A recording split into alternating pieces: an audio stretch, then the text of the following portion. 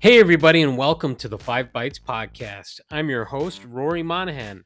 Coming up on this week's episode, a roundup of the announcements made at Microsoft's Ignite conference. Also, a Patch Tuesday news roundup, and OpenAI confirmed GPT-5 is in the works. For details on these stories and more, keep listening to this episode of the podcast, which of course is brought to you by my sponsors. And that includes Policy Pack Software, now part of Enrich, where you use Group Policy or MDM to remove admin rights, manage lockdown applications, Java, browsers, and mitigate ransomware, plus more. And also brought to you by ControlUp, end-to-end digital experience management for the work from anywhere era. ControlUp, happy users, happy IT. And of course, also brought to you by Numescent, the inventors of the first and only cloud-native container management platform for Windows desktops. If you enjoy the show each week, you have these awesome sponsors to thank. And now for some news. Microsoft's Ignite conference was held in Seattle this week. And as you may expect, AI took center stage for the keynote and much of the conference. Microsoft CEO Satya Nadella announced the latest GPT-4 Turbo model with lower pricing and extended prompt length is coming to Azure OpenAI this week in preview. Microsoft also announced a new ARM-based CPU, the Azure Cobalt 100, which they claim is 40% faster than commercial ARM-based servers, and stating it will make Azure the fastest of any cloud provider. Confusingly, Bing Chat is now being rebranded as Microsoft Copilot, so perhaps Copilot is just going to become an overarching name for anything AI related within the Microsoft product stack. According to The Verge, Microsoft announced they've combined Sentinel Security Analytics and Microsoft Defender XDR platforms into an industry-first unified security operations platform. And wouldn't you know it, at the center of this new unified security operations platform is AI. And with it, they say that the AI could do things like summarize all incidents in the enterprise, explain how particular vulnerabilities work. You can feed it a file to check if it's secure, and use it to collaborate with colleagues and even generate automations. Microsoft also officially launched its productivity and collaboration tool or app called Loop, which I'd covered on the podcast previously. But Loop lets you use flexible collaborative workspaces and pages to make it easier to cooperate on work amongst your team. They also announced new AI features for Teams, like a feature where an AI will clean up and replace clutter in the background of your video. And you can even use it to do things like put a plant in the background or just move things around. So sounds pretty cool, but maybe is more of a novelty. Also announced was Windows AI Studio, which is a new hub where developers can access AI models and tweak them to suit their needs. Microsoft also announced that some of its existing task management and planning tools like Microsoft To Do, Microsoft Planner, and Microsoft Project for the Web are going to be combined into a single unified experience under the name Microsoft Planner, and that's going to be available next year, so in spring of 2024. They also showed off Copilot Studio, which is a new no-code solution that lets businesses create a custom Copilot or integrate a custom ChatGPT AI. This follows OpenAI's similar feature, which I've seen several developers and those in DevOps sharing their creations using the ChatGPT equivalent on social media. They also announced that they're extending Windows Auto Patch for PCs for frontline workers by adding Auto Patch to the Microsoft 365 F3 Plus subscription.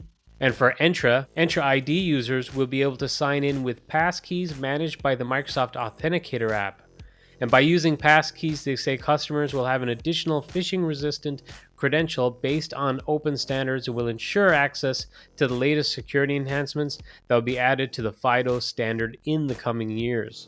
Power Pages are getting payment processing integration, so you'll be able to embed payment processing directly into your websites that are built with Microsoft's Power Pages. And on the Azure Virtual Desktop and Windows 365 front, they showed off a new Windows app that's in preview that will connect you to any devices or applications across Windows 365 Azure Virtual Desktop, Remote Desktop Services, Microsoft DevBox, and more. It was kind of being promoted as a big deal, but I don't know.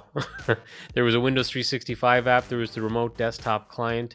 It always felt a bit jarring that there was going to be a separate app for Windows 365, whereas with the Remote Desktop Client, you could already connect to your various different desktops, including Windows 365. So this is just, I guess, in place of Windows 365 app and Remote Desktop Client, and it's going to support additional platforms by the sounds of it. Nothing too groundbreaking in my opinion. What is very welcome is Windows 365 GPU support is now in preview, and it will make it ideal for workloads such as graphic design, image and video rendering, 3D modeling, data processing, and visualization applications. So that's very welcome, especially for those with intensive workloads. And of course, Windows 365 was not going to be left behind with the AI announcements. They announced some AI capabilities that they say will help customers reduce costs, increase efficiency, and further simplify security and management of Windows 365 cloud PCs. And one example would be applying AI to assess cloud PC deployment and utilization to provide recommendations to help organizations forecast and right-size their cloud PC investment. And they say that the preview for this will be in the coming months, so it's not available right now, but it's one to keep an eye on. Azure Virtual Desktop gets auto-scale for personal desktops. It will automatically start session host virtual machines according to schedule and using Start VM on Connect, and deallocate or hibernate session host VMs based on the user session state, like log off or disconnect. The deallocating capability is now generally available, and hibernating session host VMs is in preview. Single sign-on and passwordless authentication support for both Windows 365 and Azure Virtual Desktop is now generally available. They announced Windows 365 Customer Lockbox that's in preview, and this will ensure that Microsoft support engineers can't access content to do service operations without explicit approval. Seems like an important one. There's also Windows 365 custom managed keys that will allow organizations to encrypt their Windows 365 Cloud PC disks utilizing their own encryption keys. And this will be in preview soon. So, encryption for your disks on your Windows 365 Cloud PCs. And finally, watermarking, screen capture protection, and tamper protection support for both Windows 365 and Azure Virtual Desktop are now generally available. There were more announcements, but I didn't want to go too long on this. As Microsoft have done in the past at these conferences, they do have a book of news that contains all of the announcements made during the conference, and I'll share a link to that with this episode if you'd like to read it for yourself. That will be at 5bytespodcast.com with episode 308. I think an interesting tell, and maybe I'm reading too much into this, even in the announcements that were for both Azure Virtual Desktop and Windows 365, they put Windows 365 first in the order, which doesn't really make sense, because if you're going to go alphabetical, it should be Azure Virtual Desktop and then Windows 365. So I guess maybe a little insight into how they want you to read things. The day before Ignite, ControlUp announced ControlUp Enrich, which is their browser plugin that is available as a tech preview from the Chrome Web Store and the Microsoft Edge add-on site. ControlUp Enrich gives IT administrators and support teams real-time user experience insights without having to leave the tools and interfaces they already have in use to manage their physical or virtual desktops. The Enrich plugin improves IT teams' efficiency by bringing data into the Intune interface, provides real-time insights about the performance and user experience using the device, allows you to detect and resolve issues faster through actions or remote assistance. So this is really, really nice. And in my experience, one of the kind of downsides of Intune and its endpoint analytics is just how lacking it is, and the lack of rich feature set in terms of remote actions and remote support capabilities. And who better than ControlUp for doing that? So having the ability to quickly get into ControlUp's kind of best-in-class tooling for your Windows 365 or any other devices managed with Intune via this plugin is certainly a welcome development, and this is in preview right now. It was a somewhat light month for Patch Tuesday Windows updates, as only 58 flaws have been addressed. While only 58 flaws have been patched, 5 of those patched are 0-day vulnerabilities. And for a total roundup, this month they patched 16 elevation of privilege vulnerabilities, 6 security feature bypass vulnerabilities, 15 remote code execution vulnerabilities, 6 information disclosure vulnerabilities, 5 denial of service vulnerabilities, and 11 spoofing vulnerabilities. Some of the highlights for this month includes CVE-2023-36036 was patched, and this is a Windows Cloud Files mini filter driver elevation of privilege vulnerability, where an attacker who successfully exploits the vulnerability could gain system privileges. Also patched is CVE-2023-36033, which is a Windows DWM core library elevation of privilege vulnerability, which similarly, if an attacker successfully exploits this one, it being a privilege escalation vulnerability, they could gain system privileges. There was also CVE-2023-36025, which is a Windows Smart Screen security feature bypass vulnerability that allows a malicious internet shortcut to bypass security checks and warnings. The attackers would be able to bypass Windows Defender Smart Screen checks and their associated prompts, and a user would then have to click on a specially crafted internet shortcut or a hyperlink pointing to an internet shortcut file to be compromised by this attack, which is not that difficult or unheard of. You just give them a shortcut file with the URL and Bob's your uncle.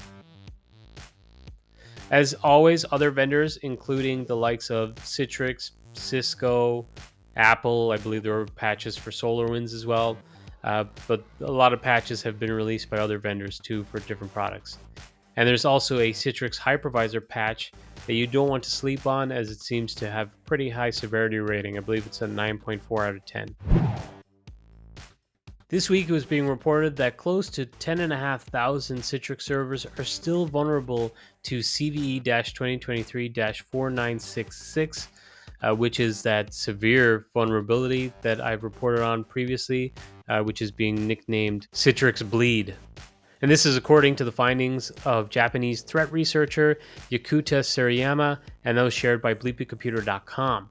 And the majority of servers are in the US, with 3,133 residing in the US, followed by 1,228 in Germany, 733 in China, 558 in the UK, 381 in Australia, 309 in Canada, 301 in France, 277 in Italy, 252 in Spain, 244 in the Netherlands, and 215 in Switzerland.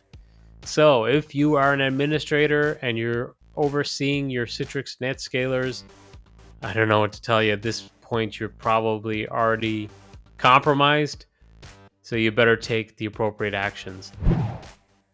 In an update to a previous story I covered on the podcast, the Lockbit ransomware gang has leaked more than 43 gigs of files from Boeing after the company reportedly refused to pay a ransom. BleepyComputer.com suggests that most of the data listed on the hackers group's leak site are backups for various systems, and the most recent of them was from October 22nd. The ransomware gang gave a November 2nd deadline to contact them and engage in negotiations, and seemingly that did not happen. One of the backups that was leaked is related to their Citrix NetScalers, which has led to speculation about this being tied to the previously mentioned Citrix Bleed vulnerability. Considering so many are backups of systems, it'll be interesting to see if this further implicates Boeing for future attacks, or just how quickly they're able to maybe rebuild all their systems from scratch or replace them, as I'm sure everything's compromised and it has to be a page one rewrite. But hey, yeah, they didn't negotiate, they did not pay the ransom, which, as experts suggest, is the right approach. If you do pay the ransom, you make yourself a target for future attacks because they know you'll pay. But also, say the Irish Health System, the HSE, they did get a decryption key for free because the ransomware gang decided, oh, well, healthcare will give you the decryption key. And it didn't seem to matter because the process of decrypting every single machine and going through that took so long that the service was disrupted still for well over a year. So I think Boeing took the right approach. In a report by neowin.net, they suggest that Google is adding some new features to its search services that in theory should give users the latest information on specific subjects they are interested in. They will be adding a follow button where you can just tap a follow button in the search results and automatically see articles and videos about like marathon training, for example, perhaps fishing, maybe shark attacks or something like that. And it will follow along for that search result and that trend and present that information to you. The new feature could even send you a notification if you have them turned on if something in your follow search lineup comes up with something major or timely. Users can also update or even delete any of their follow search terms at any time, and Google says it will access its search algorithm to find sites and information on your follow subjects based on their expertise, experience, and trustworthiness. The new feature will roll out over the coming weeks in the US on the Google mobile app and on both Google Chrome and Apple Safari mobile web browsers. So it looks like a mobile play at least at first. Following up on a previous story, the issue that was causing virtual machines to blue screen on boot that was tied to a Windows Update is to be fixed in this month's Patch Tuesday. Now, of course, as is usual, we can expect stories of issues that are caused by this month's patches trickling out in the coming days. In fact, if you're on the patch mailing group, you get to see the early warnings, and you may already see some that are reporting issues with the latest Teams update, actually just removing Teams. So that would be pretty surprising considering I believe it's an MSIX application container. But I guess that doesn't mean that it couldn't remove stuff if it's being wrapped in some way. But yeah, tune into next week's episode because I'm sure I'll be covering some of that Patch Tuesday Fallout stuff. Finally, in the news this week, there was an interview with the CEO of OpenAI, Sam Altman, where he confirmed that the company is now working to develop GPT-5. And he suggested that they need more data, and they are hoping to work with organizations to collaborate on private data sets as well as prior work to acquire valuable content from major publishers like the Associated Press and News Corp. In a blog post, the team said that they want to partner on text, images, audio, or video, but are especially interested in long-form writing or conversations rather than disconnected snippets that express human intention. So it'll be very interesting to see where this leads. Working with news corporations like News Corp and Associated Press, to me, that might suggest that they want more current data and possibly data that's current being constantly fed in, so it's keeping things up to date. It'll be interesting to see if they do the same with like tech outlets as well. But that's it for the news this week. Now this week's scripts, tricks, and tips. First up this week, there were some workshops that took place the day before Ignite began, and some of those are now available online for public consumption if that interests you, including one that Rod Trent shared, which is a security workshop. The awesome Lee Jeffries shared some PowerShell functions that will help you check prices for Azure VMs using PowerShell. So if you'd like to grab these functions and integrate them and use them within your own PowerShell scripts, these are readily available, and I'll share a link to those with this episode. An oldie but a goodie, I saw that a PowerShell Cmdlet that Guy Leach shared a couple of years ago was recycled again by Thorsten, and this one was for getting the username and SID of a running user. And if you're listening to the audio-only version of the podcast, you could check this out for yourself on the video edition on YouTube, or you'll find a link with this episode of the podcast if you want to grab those commandlets for yourself. Finally, Aidan Finn announced that his training activities with Cloud Mechanix will be coming back in 2024. And he said that he's thinking about getting started with an Azure course and a network intro to master class. He asks everyone what Azure content would be of interest. So if there's something you'd like to learn from Aidan, reach out to him. And that's it for this episode of the podcast. As always, thank you so much for listening.